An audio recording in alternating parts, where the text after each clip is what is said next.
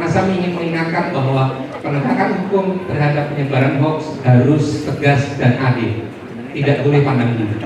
Jangan karena satu pasangan misalnya didukung oleh pemerintah yang berkuasa misalnya, kemudian tindakannya berbeda terhadap pasangan lain yang tidak didukung oleh partai-partai berkuasa misalnya. Jadi ini menjadi salah satu kunci untuk kebebasan berpendapat dan berekspresi, kebebasan berserikat dan berkumpul yang itu dijamin oleh konstitusi ini.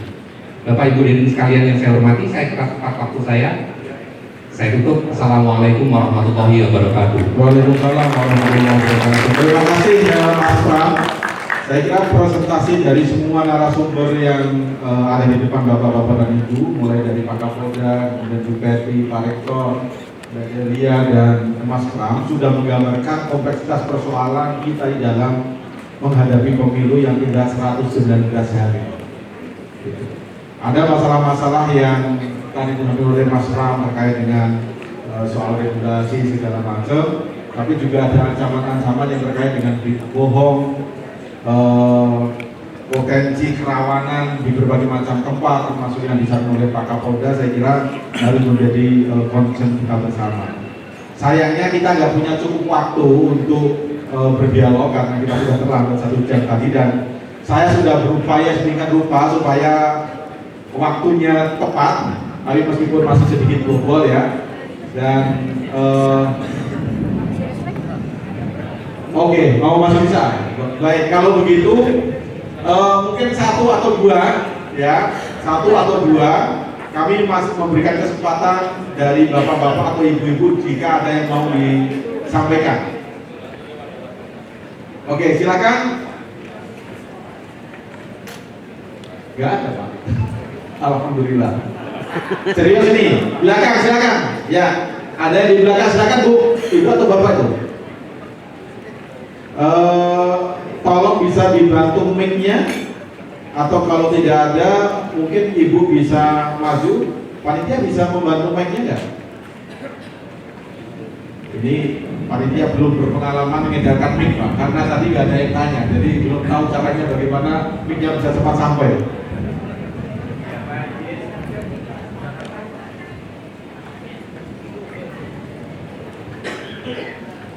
Ya, silakan Ibu, perkenalkan dan mau ditujukan kepada siapa? Silakan. Ya, terima kasih Bu yang diberikan. Ya, mohon izin perkenalkan, nama saya Nancy dari Kota Jayapura, Papua. Saya ingin bertanya kepada Ibu dari KPU, khusus untuk kemarin saya sempat melihat berita itu sudah ada iklan mengenai untuk disabilitas, pemilih untuk disabilitas, itu sudah ada iklannya di TV. Tapi yang saya ingin tanyakan, kapan itu akan disosialisasikan langsung kepada masyarakat ataupun petugas nanti di PPS? Sedangkan kita tahu bahwa peragaan untuk pemilihan itu hampir berapa sebelum pemilihan. Bagaimana dengan teman-teman kita yang disabilitas bisa diajak untuk diperagakan cara pemilihan tersebut. Kemudian yang berikutnya adalah berapa data pemilih disabilitas kita. Sedangkan yang kita tahu bahwa yang ada sekarang adalah data DPS, belum dipilah berapa yang disabilitas dan berapa yang normal, seperti itu. Apalagi kita di Papua biasanya logistik turun atau datang sampai ke Papua itu jaraknya dekat sekali dengan waktu pemilihan. Bagaimana waktunya untuk diperagakan kepada teman-teman di lapangan, khususnya yang disabilitas. Dan kemudian pengalaman sebelum-sebelumnya bahwa teman-teman kita yang disabilitas, khususnya mereka yang tidak bisa melihat, itu kalau masuk dalam bilik itu ditemani, karena tidak ada surat suara yang khusus untuk mereka yang tidak bisa melihat. Seperti itu. Terima kasih. Ya, terima kasih Bu Nancy. Pertanyaannya ke Ibu Betty dari KPU, terutama yang terkait dengan persoalan disabilitas ya. Cuma tadi ada yang agak kurang enak tadi Bu, berapa yang disabilitas dan berapa yang normal itu nanti dipersoalkan itu. Kata-kata yang normal itu nanti menjadi masalah itu. Karena disabilitas itu yang normal sebenarnya. Satu lagi kalau ada, ya silakan. Terima kasih. Assalamualaikum warahmatullahi wabarakatuh. Waalaikumsalam. Bisa berdiri Mas? Nama saya Ruby Sumayanto. Saya mewakili Pemuda Muhammadiyah dan kebetulan saya APD Kota Singkawang, Akademi Pemilu dan Demokrasi. Ada dua hal yang mau saya pertanyakan, mungkin juga bisa didiskusikan. Pertama, dari Pak Kapolda menjelaskan terkait adanya kerjasama terkait penanganan isu-isu SARA dan hoak. Kalau kita mengacu ke pilgub kemarin, pilkada dan pemilu, itu kan cukup masif terjadi di Kota Singkawang dan mungkin di Kalimantan Barat. Walaupun kita lihat saat ini di setahun terakhir isu-isu terkait kampret dan kecebong tidak ada, tapi itu bisa saja terjadi di akar rumput. Bagi saya pertanyaannya adalah bagaimana isu-isu SARA dan hoak yang terjadi nanti di media sosial itu segera dilakukan di take down. Karena apa? Kalau kita mengacu tentang regulasi kewenangan Bawaslu, maka akan sangat lambat penanganannya, karena harus menunggu beberapa hari untuk klarifikasi, penanganan harus segala macam bla bla bla. Karena terbatasan perangkat media juga di Bawaslu juga terkendala, sehingga itu menghambat dalam proses penanganan supaya bisa cepat. Apalagi kalau kita lihat men-take down terkait ini kan kewenangan Kominfo, maka bagaimana sinergisitas itu bisa semakin lebih cepat penanganannya. Itu saya rasa itu salah satu langkah cepat. Karena apa? Kalau penanganan yang dilakukan oleh diberikan oleh Bawaslu mengacu pada Undang-Undang 7, maka akan sangat lama. Rekomendasi, kapan rekomendasi itu sampai, itu akan butuh waktu. Dengan durasi waktu itu, maka kasus-kasus itu masalah-masalah atau isu-isu bisa sudah terjadi di bawah, sudah menyebar. Itu berbahaya bagi masyarakat sehingga bisa terjadi konflik horizontal. Itu pertama. Yang kedua, saya juga mengoreksi atau juga menggarisbawahi terkait regulasi KPU. Karena sih ada teman-teman KPU dari RI. Bagi saya, kalau kita mengacu PKPU 15/2003 di pasal 79 ada poin tentang sosialisasi. Kalau semangatnya itu saya rasa itu tidak sejalan dengan semangat Undang-Undang 7.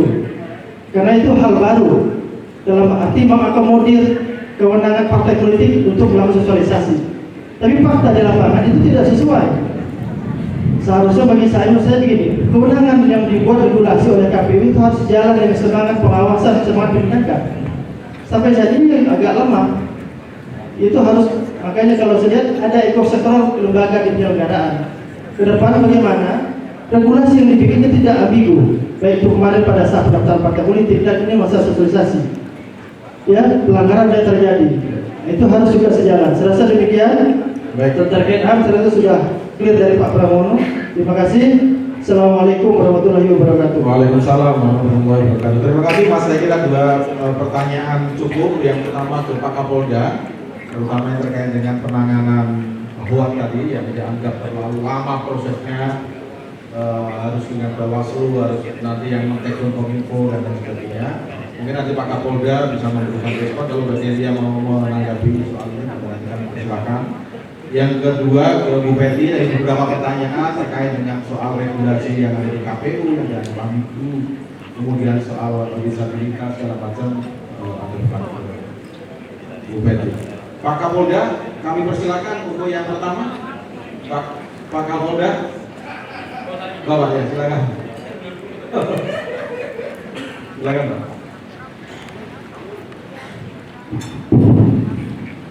Terima kasih.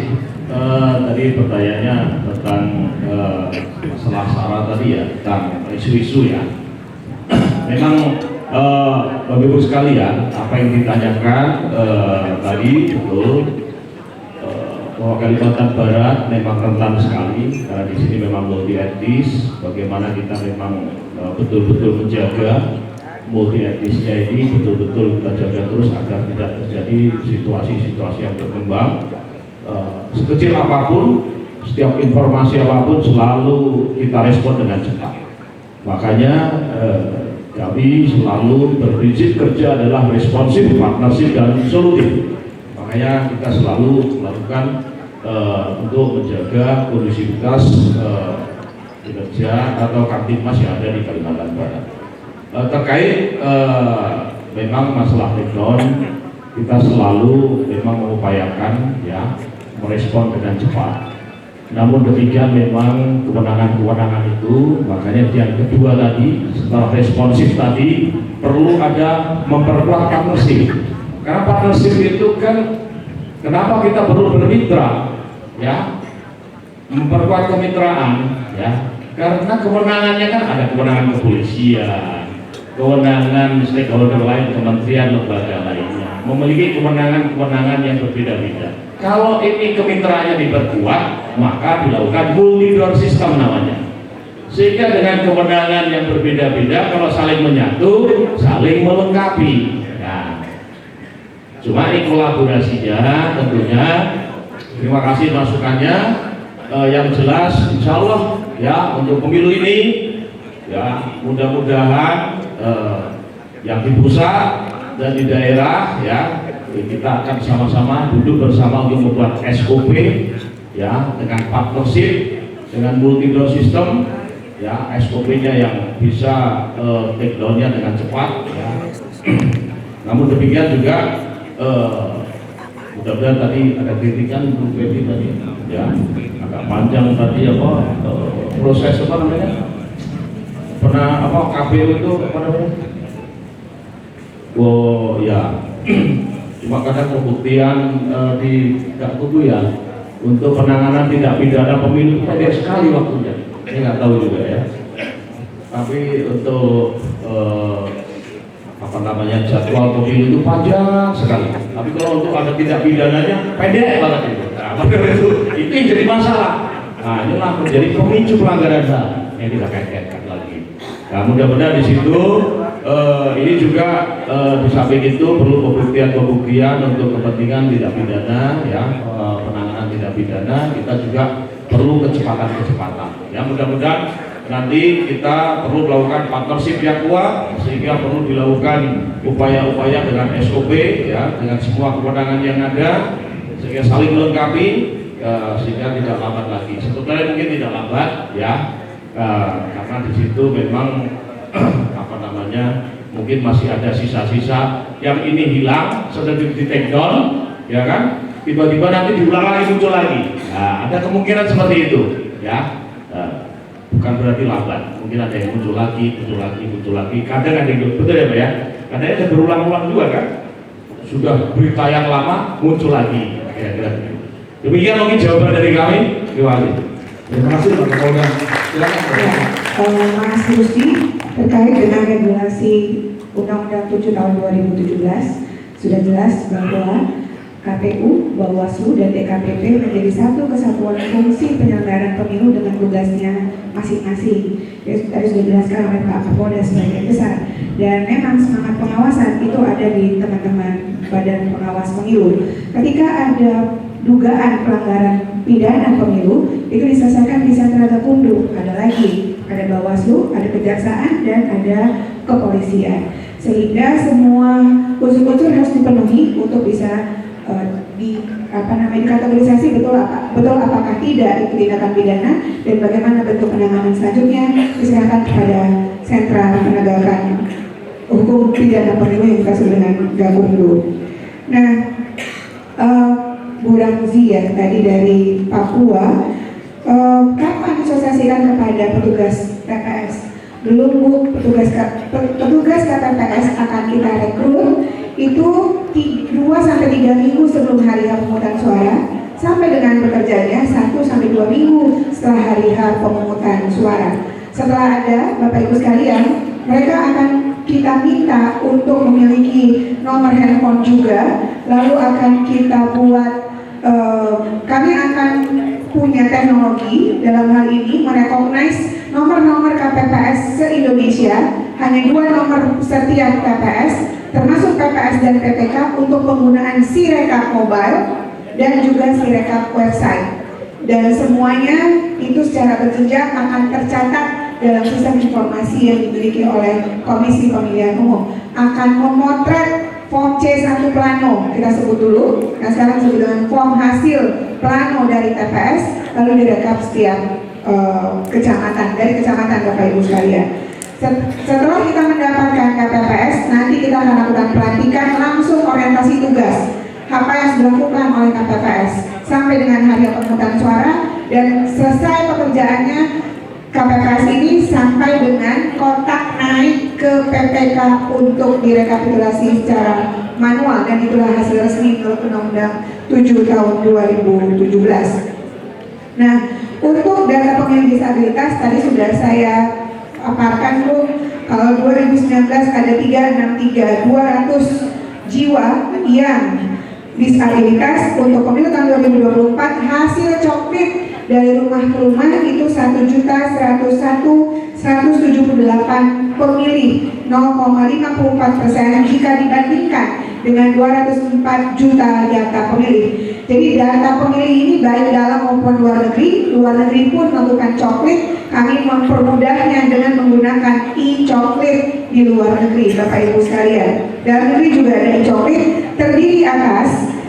yang paling besar adalah disabilitas fisik 43,81%, lalu kemudian sensorik 27,13%, yang mana terdiri atas sensorik bicara 42,47%, rumu 17,58%, netra 39,95%. Lalu kemudian disabilitas mental 24,03% dan disabilitas intelektual 5,03%. Jadi pendeskripsian disabilitas kami merujuk pada Undang-Undang Penyandang Disabilitas.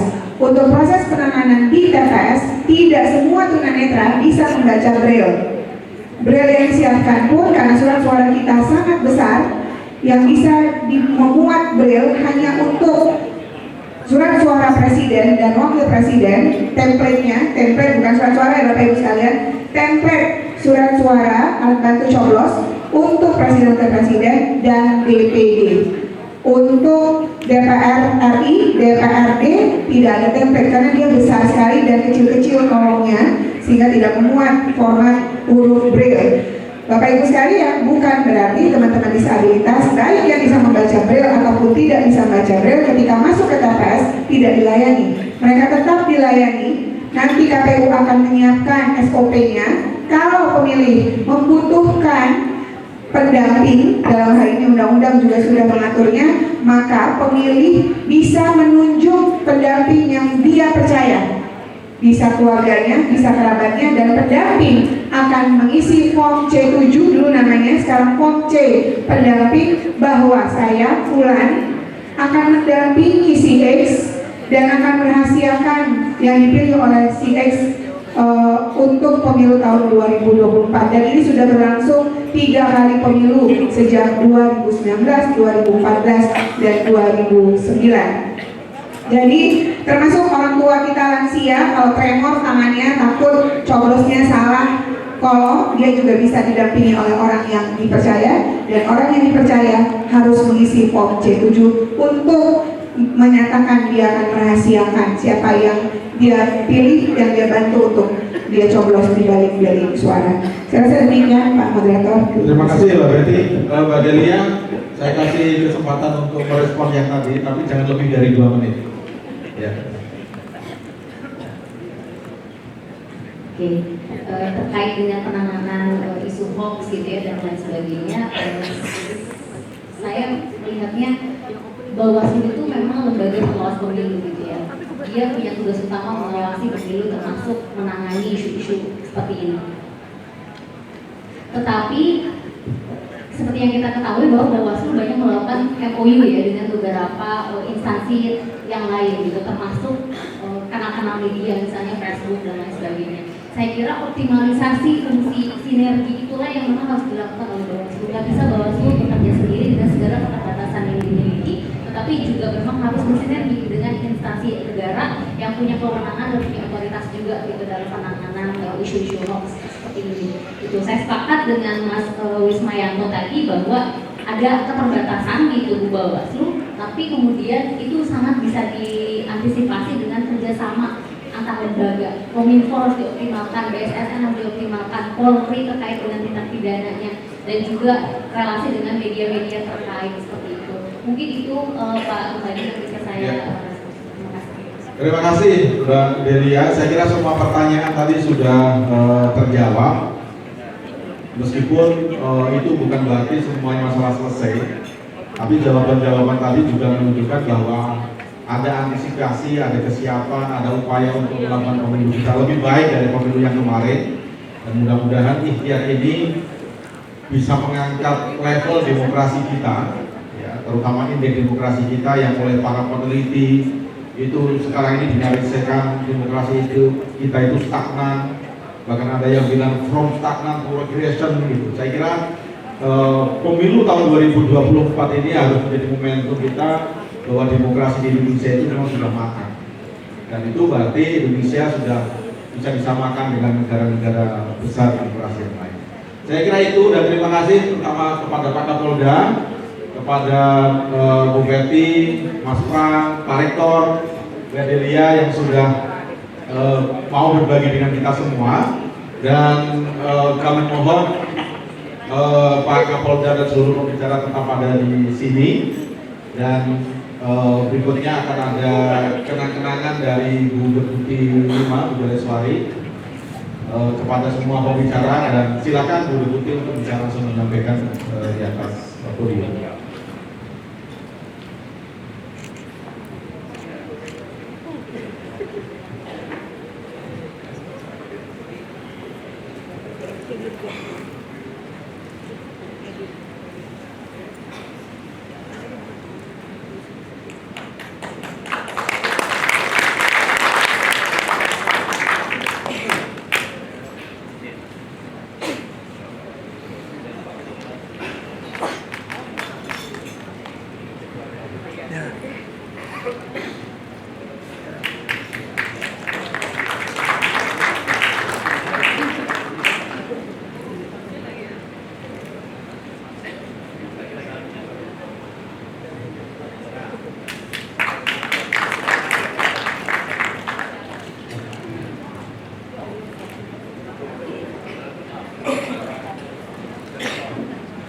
Ya, selanjutnya kita foto bersama. Ya. Ini ritual yang paling penting dalam acara. Silakan Bu Deputi.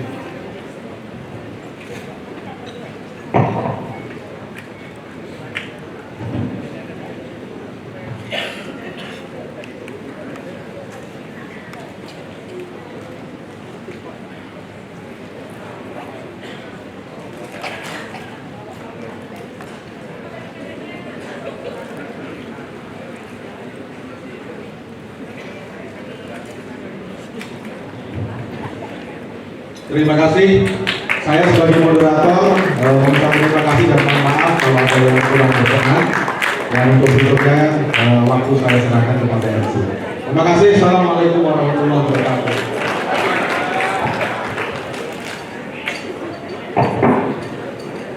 Terima kasih kepada moderator Bapak Profesor Dr. Ramadi Ahmad yang telah membawakan diskusi ini secara apik, sehingga saya ingin kita dapatkan dari diskusi ini dapat diperas dan semaksimal mungkin.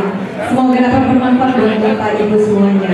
Bapak Ibu hadirin yang berbahagia, diskusi pleno sesi 1 dan 2 sudah selesai. Bukan berarti diamnya berakhir, karena masih ada diskusi sesi 3 dan 4 serta diskusi paralel yang membahas isu-isu HAM terkini. Untuk itu kunjungi festival.com untuk jadwal lainnya. Demikian rangkaian acara diskusi sesi pleno 1 dan 2 untuk hari ini. Saya dapat lagi sebagai penutur, burung dara burung cendrawasih, cari dulu di Papua. Cukup sekian, terima kasih, semoga bermanfaat untuk semuanya. Saya Zafini izin pamit, mohon maaf apabila ada salah kata dan ucapan. Terima kasih atas kehadiran dan perhatian Bapak Ibu semuanya. Selamat sore, assalamualaikum warahmatullahi wabarakatuh, and see ya.